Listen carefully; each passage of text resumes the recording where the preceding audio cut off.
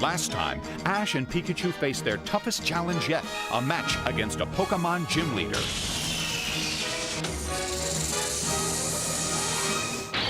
Ash won a Boulder Badge, his first step toward competing in the Pokémon League Championships.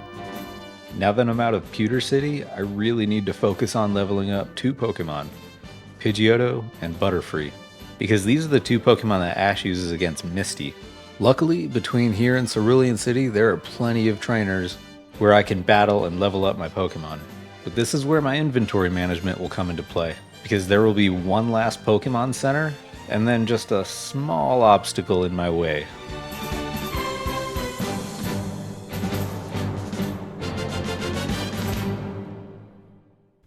In the show, just before entering the mountain, Ash runs into this nerd, but we'll just call him Seymour the Scientist. So you make your way into Mount Moon, and this is where you get your first hint of Team Rocket. Trainers will start talking about suspicious people in the cave. See? The cave is all lit up inside. Somebody has strung these lights through the whole cave. So after battling through trainers and enough Zubat to scare off Batman, I finally run into one of these guys. It was fine. After this battle is when you find out this guy's looking for fossils, and this is going to hint at something bigger in the game that I'll explain as we get further into it. But for now, I've got bigger trouble to worry about. Trouble? Make that double. To protect the world from devastation. To unite all peoples within our nation. To denounce the evils of truth and love. To extend our reach to the stars above. Jesse. James. Team Rocket, blast off at the speed of light.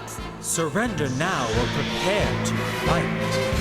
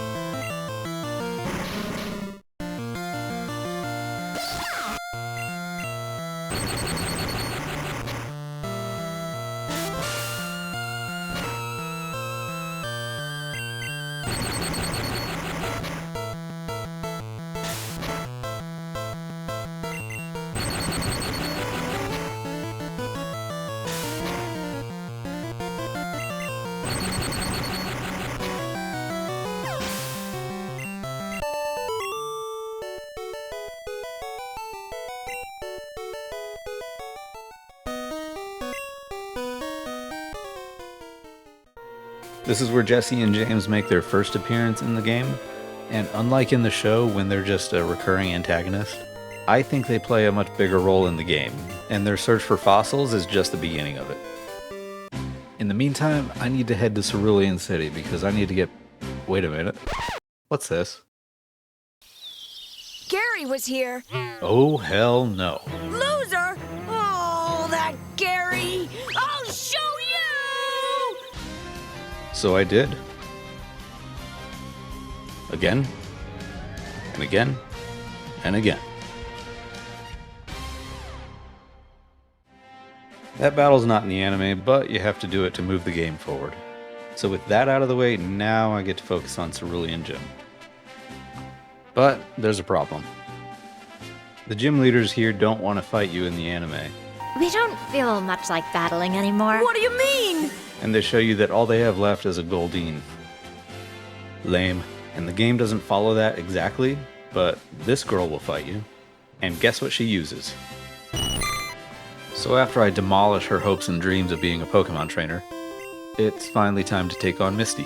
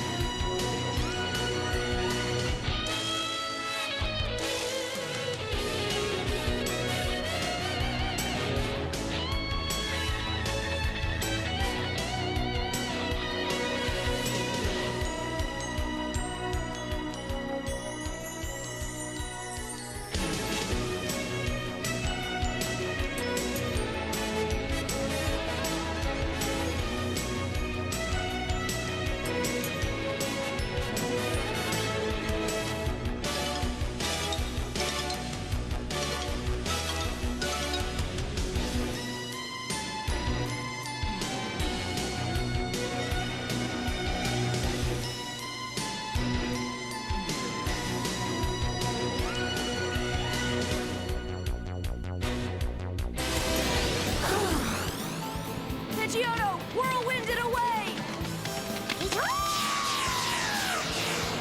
Diverger, then up! Strike back with wing attack!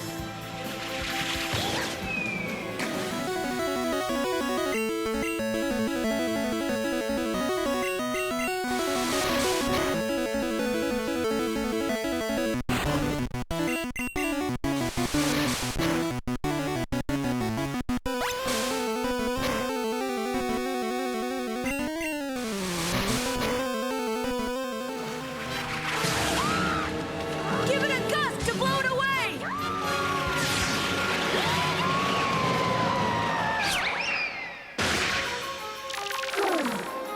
Stormy!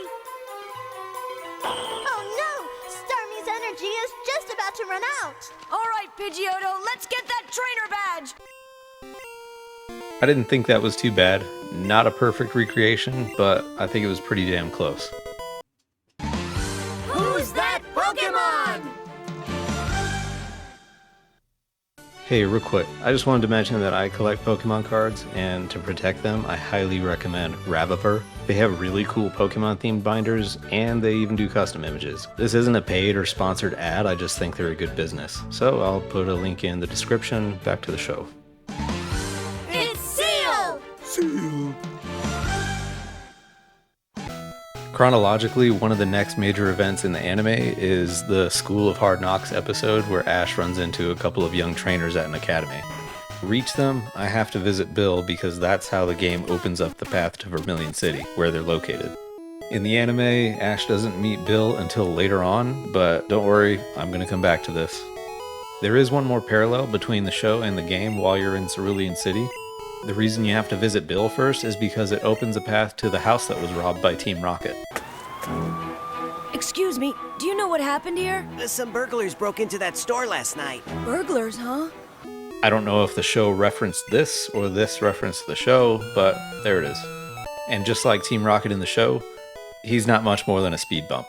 However, this is where we start to dig into more of Team Rocket's storyline. And we're beginning to see more clues about what they're up to. Pokémon Yellow was great at adding references to the anime that weren't there in Red and Blue. So like I was saying about the School of Hard Knocks episode, Ash runs into Joe and Giselle from Pokémon Tech. Pokémon Yellow adds these two trainers on the path between Cerulean and Vermilion City, and just like in the show, they're armed with a Weeping Bell and a Cubone.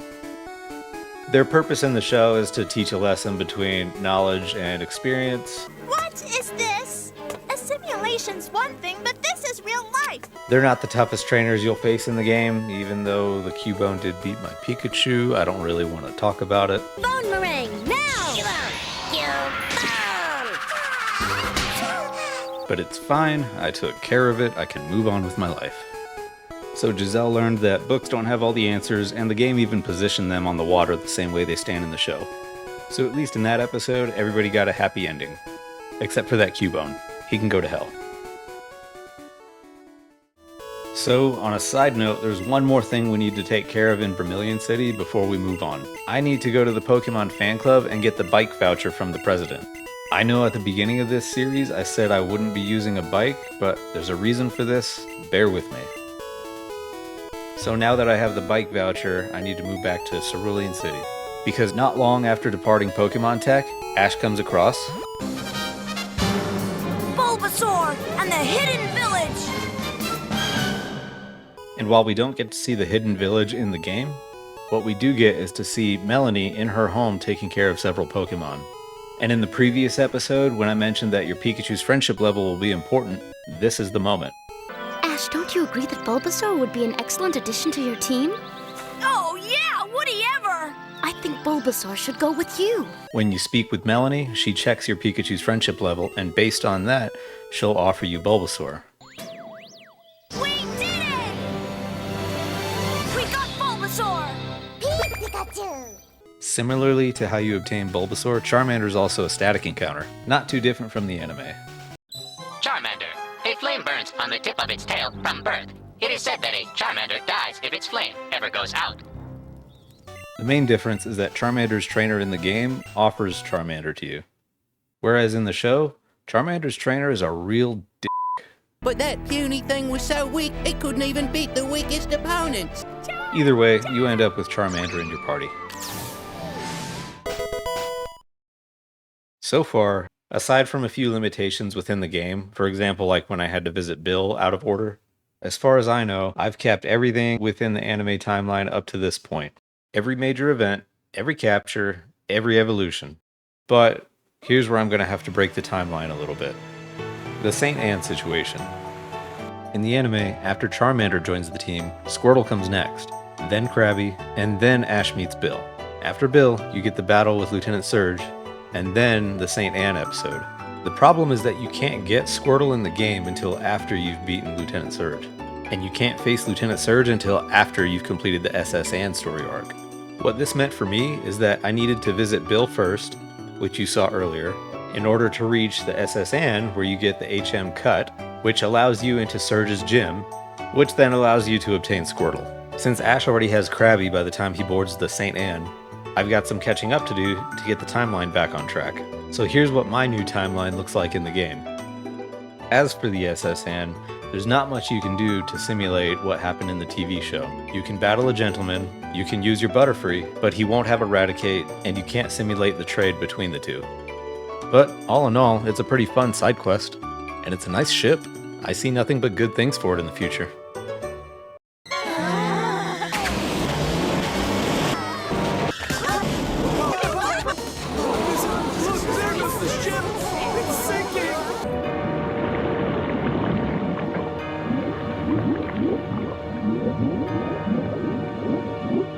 Yep, that's going to be a nice cruise. Now that I have the HM for cut, I'm going to do my future self a favor, and I'm going to do the prep work so that I can catch Krabby right after Squirtle. Along the way, there's a cameo from AJ from the episode Path to the Pokemon League.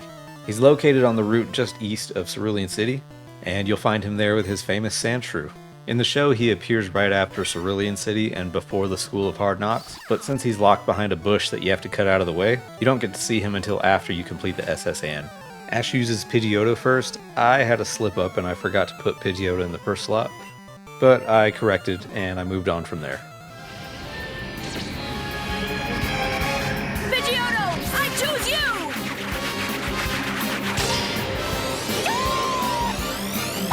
Sandshrew, go! Pidgeotto, dive at it! Ash is lucky. The flying Pokemon should have the advantage here. Too bad Sandshrew can't fly. Ah! Oh, Pidgeotto! Finish it! Uh-oh, Pidgeotto, return! Butterfree! I choose you! You can do it! Flying versus ground should be no problem! That's what you think, kid. Now watch and what? Go, Stun Spore!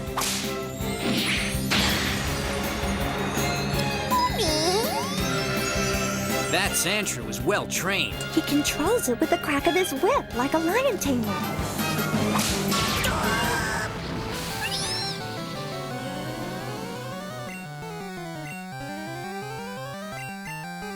Again, when it comes to these battles, I don't want to just pretend to lose for the sake of the plot, but you get the point. I think that was pretty close.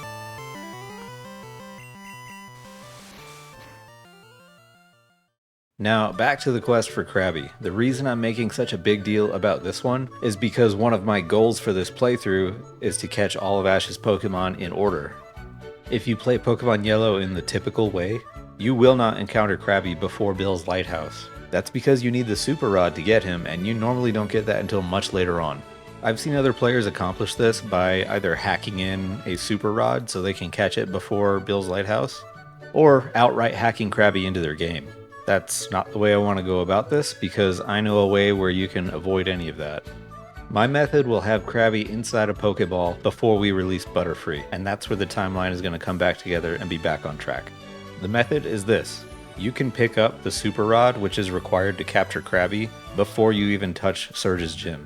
If you wanted to, you could catch Krabby before you hit Surge's gym, but I have to get Squirtle first. The reason this is possible is because after you've beaten Misty, she gives you the ability to use Cut outside of battle.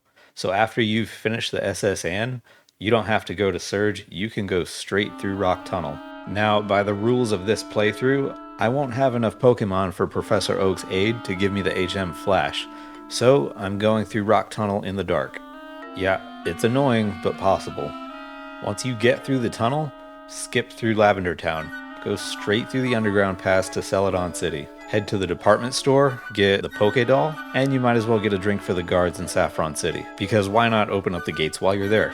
Take the Pokédoll back to the Pokemon Tower in Lavender Town. Yes, you'll encounter your rival and Team Rocket and a bunch of zombie trainers. In the show, none of these are in the Pokemon Tower except for Team Rocket, and Ash doesn't even really battle them there. So I'm going to ignore that part. The reason you have the Pokédoll is it allows you to flee from any Pokemon battle. What's keeping you from getting the Poké Flute from Dr. Fuji is Marowak's ghost that's in the way. You don't need to identify it with the Sylph Scope. All you have to do is use the Pokédoll and you can go right through that stairwell. So, go upstairs, fight the Team Rocket battle that doesn't happen in the anime, and get the Poké Flute. Use that to wake up Snorlax to the south, get the Super Rod, and now you're ready to catch Krabby.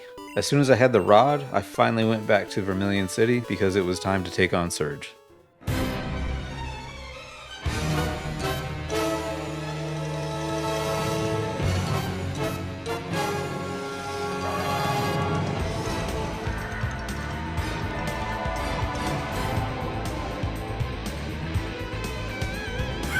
A Pikachu!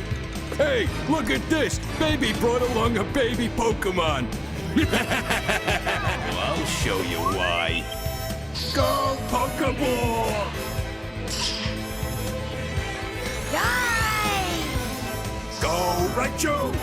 Yay! Go, Pikachu! Pikachu, Thunder Shock! What's that? Raichu, show him a real Thunder Shock!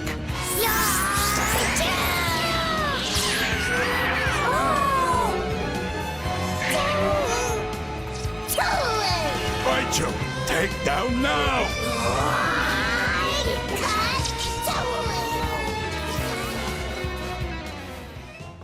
That battle was a lot simpler than I thought it would be, but I'll take it. Now I can finally go fill out the rest of my team with Squirtle and Krabby.